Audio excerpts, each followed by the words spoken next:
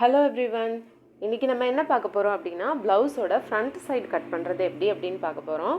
நம்ம இதுக்கு முன்னாடி பேக் சைடு கட் பண்ணுறது எப்படி அப்படின்ற வீடியோ பார்த்துருந்தோம்.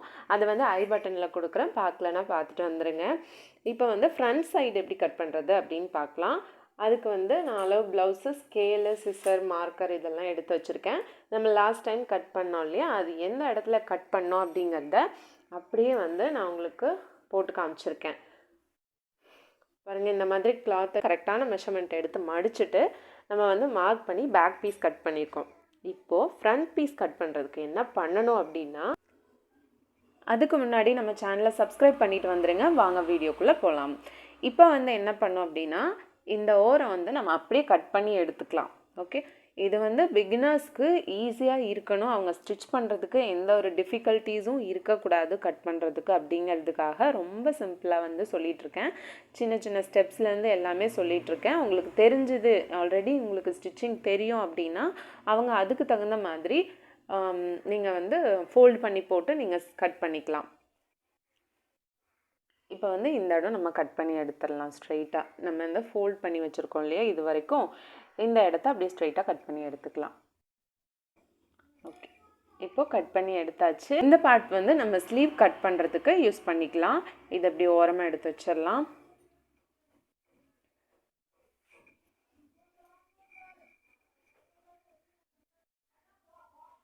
இப்போ இதுதான் நம்ம பேக் கட் பண்ண பீஸு. இது ஃப்ரண்ட் கட் பண்ண போகிறது இல்லையா. ஸோ நம்ம இந்த இடம் இதை இப்படியே திருப்பி வச்சுக்கலாம். பேக் கட் பண்ணியிருந்தோம் இல்லையா, இதை அப்படியே நம்ம திருப்பி வச்சுக்கலாம்.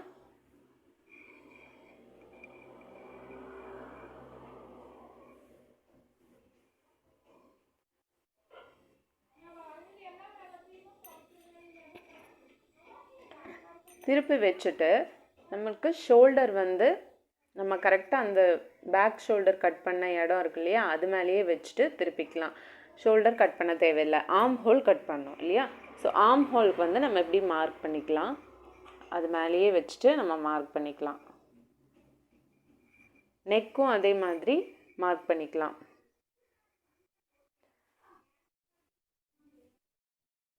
ஆனால் நெக்கு இந்த ஃபினிஷ் ஆகிற வரைக்கும் கொண்டு வர வேண்டாம், கொஞ்சம் பாதி வரைக்கும் நீங்கள் கொண்டு வந்தீங்கன்னாலே போதும். எதுக்காக அப்படின்னா, நீங்கள் ஃப்ரண்ட் நெக்கு மேக்ஸிமம் நம்மளுக்கு மேலே தான் இருக்கும், அதாவது டீப் வராது, கொஞ்சம் மேலே இருக்கும். அப்போ நீங்கள் என்ன பண்ணுவீங்க, எந்த டீப்புன்னு தெரியாது, எந்த மார்க்கிங் கரெக்ட் அப்படிங்கிறது தெரியாது, இந்த பேக் சைடோடதையும் சேர்த்து கட் பண்ணிடுவீங்க. அதுக்காக தான் இந்த பாதியோடு நிறுத்திடுங்க, பேக் சைடு ஃபுல்லாக கம்ப்ளீட் பண்ண வேண்டாம். ஓகே, இப்போது இந்த பேக் சைடு நம்ம எடுத்துக்கலாம். எடுத்துட்டு இதை நம்ம கட் பண்ணி எடுத்துடலாம். ஓகே, இந்த நெக்கு கட் பண்ண தேவையில்லை, ஆர்ம் ஹோல் மட்டும் நம்ம கட் பண்ணிடலாம்.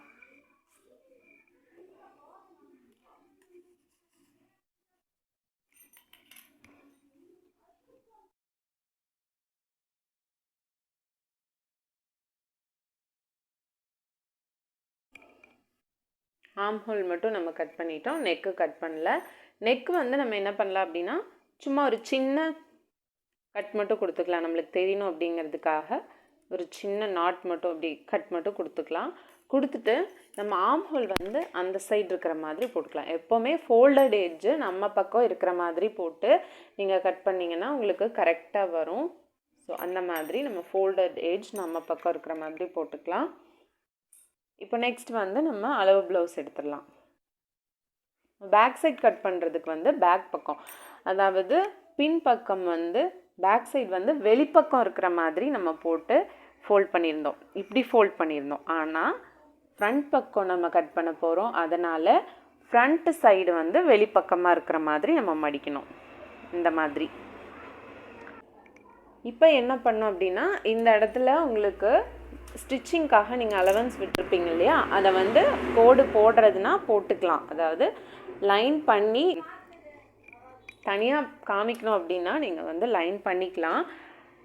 லைன் பண்ண தேவையில்லை, நீங்கள் அப்ராக்சிமேட்டாகவே நீங்கள் கரெக்டாக வச்சுருவீங்க அப்படின்னா லைன் பண்ண தேவையில்லை, அப்படியே வச்சுக்கலாம். இதோட சென்டரில் வைக்கணும். ஓகே, நம்மளோட லைன் மேலே இந்த ஷோல்டர் கரெக்டாக நிற்கணும்.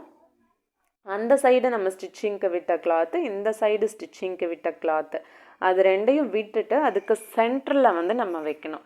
எப்படிங்கிறது இந்த சைடு பாருங்கள் தெரியும்.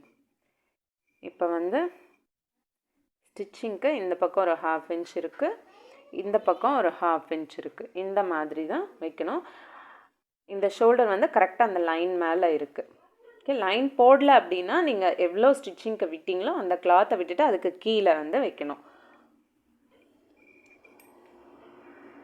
இந்த மாதிரி வச்சுட்டு நம்மளோட வி பட்டி இருக்கு இல்லையா, அந்த வி பட்டியோட அளவு கரெக்டான அளவுக்கு மேல் பக்கமாக ஒரு 1/2 இன்ச் நம்ம எக்ஸ்ட்ரா விட்டு மார்க் பண்ணுறோம்.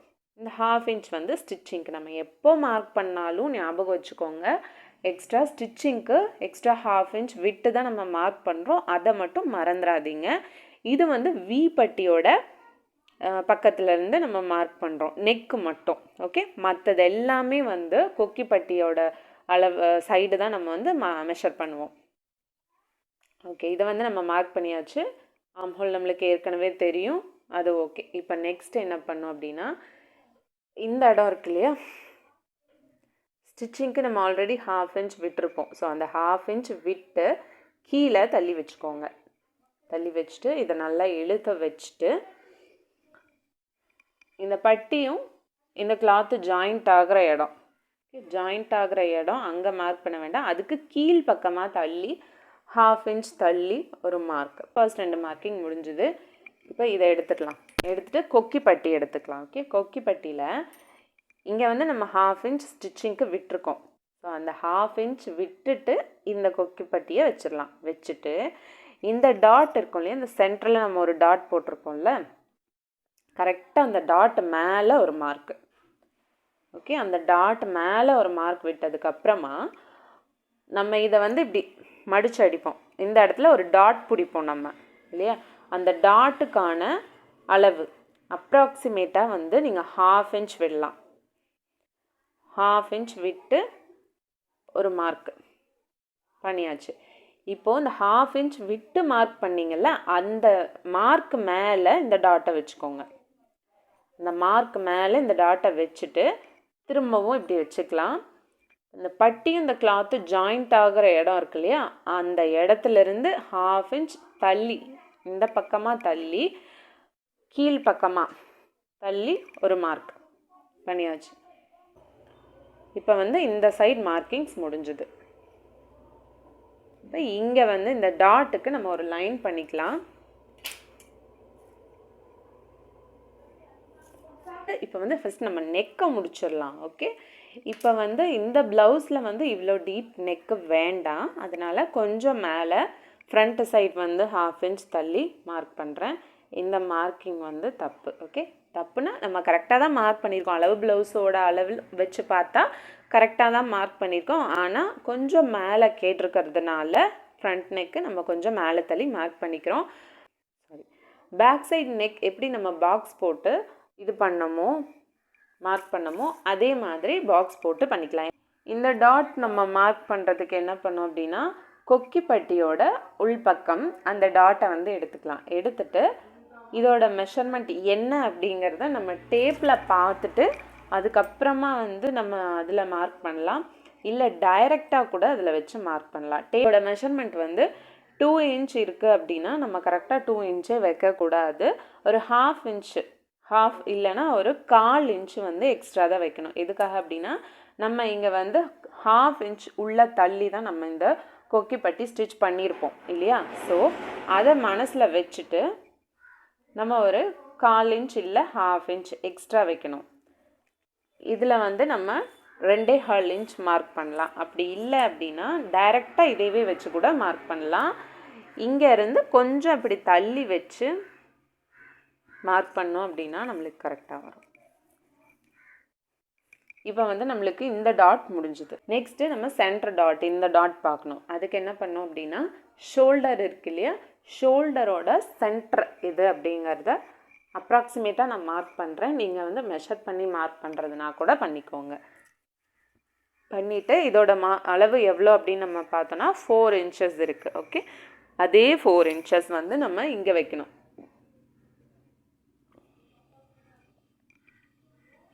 அதே 4 inches இங்கேயும் வச்சுக்கலாம். வச்சுட்டு இப்போ இந்த 2 மார்க்கையும் ஜாயின் பண்ணிக்கலாம்.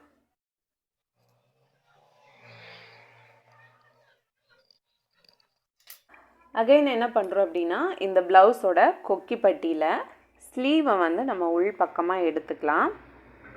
அப்படி எடுத்தால் தான் நம்மளுக்கு கரெக்டாக வரும். இதோட ஷோல்டர் இருக்கு இல்லையா, இந்த ஷோல்டரோட சென்டர் பாயிண்ட் வந்து நீங்கள் கரெக்டாக இப்படி மடித்து எடுத்துக்கோங்க. எடுத்துட்டு இந்த டாட், சென்டர் டாட் இருக்குல்ல, அதை வந்து இப்படி பிடிச்சிக்கோங்க. இந்த ரெண்டையும் இப்படி ஸ்ட்ரெயிட்டாக பிடிச்சிக்கோங்க. இதுதான் வந்து நம்மளுக்கு கரெக்டான அளவு பார்க்கறதுக்கான ஒரு முறை. ஓகே, இதை வந்து நம்ம இங்கே ஸ்டிச்சிங்க்கு விட்டுருக்கோம்ல, அந்த ஸ்டிச்சிங்க்கு விட்டது போக இங்கே லைன் பண்ணியிருக்கோம். அந்த லைன் மேலே நம்ம இந்த எட்ஜு வைக்கக்கூடாது. நம்ம ஸ்டிச்சு எங்கே இருக்கோ அந்த பாயிண்ட்டை தான் வைக்கணும். இந்த பாயிண்ட்டை இங்கே வச்சாச்சு. அந்த கோட்டு மேலே ஸ்ட்ரெயிட்டாக இங்கே வச்சாச்சு. இந்த ஸ்டிச்சிங் எங்கே வருது, இந்த டாட் எங்கே வந்து கரெக்டாக இருக்குன்னு பார்த்து அங்கே மார்க்கு பண்ணியாச்சா. நெக்ஸ்ட்டு இதை அப்படியே எடுத்துக்கலாம். உள்ளே வந்து நம்ம மடித்து இப்படி அடிச்சிருக்கோம்ல, அந்த துணி எல்லாத்தையும் இப்படி கரெக்டாக நம்ம வந்து இப்படி எடுத்துக்கலாம். எடுத்துட்டு நம்ம இங்கே மார்க் பண்ணியிருக்கோம்ல, அந்த மார்க் மேலே கரெக்டாக அதை வச்சுட்டு இதையும் வச்சுட்டு இது எங்கே முடியுது அங்கே ஒரு மார்க் பண்ணியாச்சு. இப்போ வந்து நம்மளுக்கு இதுக்கான நீளம் கிடச்சிருச்சு. அகலம் என்ன அப்படின்னு பார்க்குறதுக்கு இந்த நம்ம மார்க் பண்ணியிருக்கிற இடத்துல கரெக்டாக வந்துட்டு டேப்பை வச்சுக்கலாம். இந்த பக்கம் 1 இன்ச்சு, அந்த பக்கம் 1 இன்ச்சு. ஓகே, நார்மலாக வந்து இந்த பக்கம் 1 இன்ச், அந்த பக்கம் 1 இன்ச் தான் கொடுப்போம். ஆனால் வந்து கொஞ்சம் உடம்பாக இருக்கிறவங்களுக்கு மட்டும் 1.25 இன்ச், 1.5 இன்ச் அந்த மாதிரி எக்ஸ்ட்ரா நம்ம வந்து வச்சுக்கலாம். அதர்வைஸ் மீடியம் இருக்கிறவங்களுக்கு வரைக்கும் நம்ம வந்து 1 இன்ச் வச்சாலே கரெக்டாக இருக்கும். இப்போ வந்து இதை வந்து ஒரு ட்ரையாங்கிள் ஷேப்பில் நம்ம ஜாயின் பண்ணிக்கலாம். இப்போ நம்மளுக்கு 2 டாட் கிடச்சிருச்சு. இங்கே ஒன்று, அங்கே ஒன்று, 2 டாட் கிடச்சிருச்சு. இப்போ 3rd டாட், இங்கேருந்து இங்கே வர்றது 3rd டாட், அதுதான் எப்படின்னு பார்க்குறோம். அதுக்கு வந்து என்ன பண்ணோம் அப்படின்னா, நார்மலாக நம்ம இங்கே ஆம் ஹோல் வரைகிறதுக்காக கோடு போடுவோம் இல்லையா, அந்த மாதிரி போட்டுக்கோங்க. இது வந்து பிகினர்ஸ்க்காக நான் லைன் போடுறேன். இல்லை உங்களுக்கு ஓரளவு தெரியும் அப்படின்னா நீங்கள் அப்ராக்சிமேட்டாக கூட லைன் பண்ணிக்கலாம். கரெக்டாக இதோட சென்டர் பாயிண்ட் இருக்கும்ல, அந்த சென்டர் பாயிண்டில் இருந்து கொஞ்சம் அந்த சைடு தள்ளி ஒரு மார்க். ஓகே, ஒரு 1/2 இன்ச் தள்ளி ஒரு மார்க். அப்ராக்சிமேட்டாக மார்க் பண்ணுறவங்களும் பண்ணிக்கலாம். அப்படி இல்லை எங்களுக்கு கன்ஃபியூஷனாக இருக்குது அப்படின்றவங்க இப்படி லைன் பண்ணிட்டு கரெக்டாக அதோட மார்க் பார்த்துட்டு அதுலேருந்து 1/2 இன்ச் தள்ளி வச்சுக்கோங்க. தள்ளி வச்சுட்டு அங்கே இருந்து நம்மளோட இந்த ட்ரையாங்கிளோட எட்ஜ் இருக்கு இல்லையா, இதுக்கும் கரெக்டாக ஸ்கேல் வர்ற மாதிரி வச்சுக்கோங்க. இங்கேருந்து ஒரு லைன் பண்ணிக்கோங்க. கரெக்டாக அந்த மார்க் வந்து நம்மளோட இந்த ட்ரையாங்கிளோட பாயிண்ட்டை வந்து பார்த்த மாதிரி இருக்கணும். அந்த மாதிரி வச்சு ஒரு லைன் பண்ணிக்கலாம். இப்போது இந்த கொக்கிப்பட்டியில் சேம் அதே டாட் வந்து நம்ம எங்கே இருக்குது அப்படின்னு பார்த்து எடுத்துக்கலாம். எடுத்துட்டு நம்மளோட இந்த ஸ்டிச்சிங் இருக்கு இல்லையா, அந்த ஸ்டிச்சிங் இங்கே ஸ்டிச்சிங்க்கு கொஞ்சம் விட்டுட்டு நீங்கள் மார்க் பண்ணுறதுனா கூட மார்க் பண்ணிக்கலாம். 1/2 இன்ச் ஸ்டிச்சிங்க்கு விட்டுட்டு இப்படி ஒரு மார்க் பண்ணிவிட்டு நம்மளோட ஸ்டிச்சிங்கை இந்த மார்க் மேலே வச்சுட்டு இப்படி வைங்க. வச்சுட்டு இது எங்கே முடியுதுன்னு பார்த்து அங்கே ஒரு மார்க் பண்ணுங்கள். இப்போ நம்ம இது எல்லாத்தையும் ஜாயின் பண்ணிவிட்டு நம்ம கட் பண்ணிக்கலாம். இங்கே வந்து ஃபினிஷ் பண்ணியிருக்கோம்ல, இதை வந்து இந்த சென்டர் பாயிண்ட் இருக்கு இல்லையா, அது கூட ஜாயின் பண்ணிக்கலாம். சிலர் வந்து அப்படியே ஒரு பெண்டு வந்த மாதிரி போடுவாங்க. அப்படி போடுறதுனா கூட போட்டுக்கலாம். இல்லை இப்படி போட்டிங்கன்னா உங்களுக்கு இன்னும் கொஞ்சமே ஈஸியாக இருக்கும். அதுக்காக இங்கேருந்து கரெக்டாக அந்த பாயிண்டில் ஜாயின் பண்ணிவிட்டு இங்கேருந்து ஸ்ட்ரெயிட்டாக ஒரு கோடு போட்டுருங்க. அதாவது ஸ்கேலை வந்து இப்படி க்ராஸாக வச்சு இப்படி ஜாயின் பண்ணுங்கள். அப்படியே க்ராஸ் கொண்டு போயிட வேண்டாம், இங்கே நிறுத்திடுங்க. இங்கே நிறுத்திட்டு இந்த ஸ்கேலை வந்து ஸ்ட்ரெயிட் பண்ணிவிட்டு இப்படி ஒரு கோடு போடுங்க. இப்போ வந்து ஃப்ரண்ட் சைடுக்கான மார்க்கிங்ஸ் வந்து நம்ம பார்த்துட்டோம். இப்போ வந்து இதை கட் பண்ணி எடுத்துக்கலாம். எதை கட் பண்ண போகிறோம் அப்படின்னா, நெக்கு அப்புறம் இந்த எட்ஜ் இது மட்டும் கட் பண்ண போகிறோம். ஆம் ஹோல் நம்ம ஏற்கனவே கட் பண்ணி எடுத்தாச்சு. ஸோ இதை கட் பண்ணிக்கலாம்.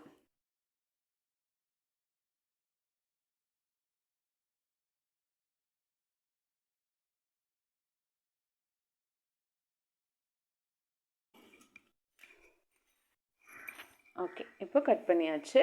இந்த இடம் நம்ம ஃபோல்டட் எட்ஜ் இருக்கும்ல, அதையும் கட் பண்ணிக்கலாம். ஏன்னா இது ஃப்ரண்ட் பீஸ் வந்து நம்ம 2 பீஸாக வந்து தைக்க போகிறோம். அதனால் இந்த ஃபோல்டட் எட்ஜையும் சேர்த்தே நம்ம கட் பண்ணிக்கலாம். நம்ம எங்கெங்கெல்லாம் டாட் வச்சுருக்கோம், டாட்டுக்காக வந்து நம்ம மார்க் பண்ணியிருக்கோம் அப்படின்னு பார்த்தா அங்கேயும் ஒரு நாச் போட்டுக்கலாம் சின்னதாக.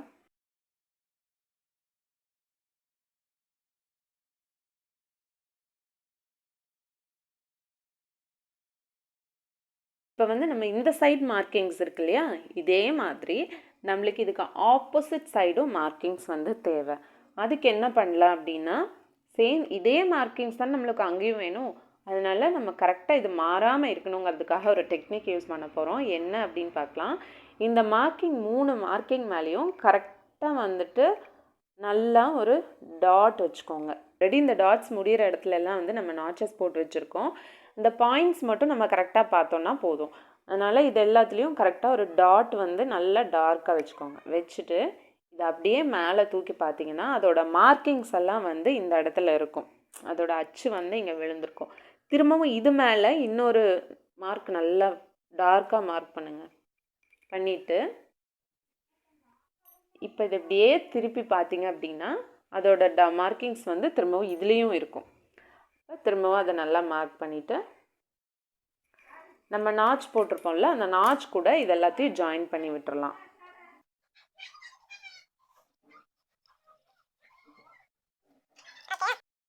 முடிஞ்சது. இப்போ வந்து நம்மளுக்கு 2 பக்கமே தேவையான மார்க்கிங்ஸ் கிடச்சிருச்சு.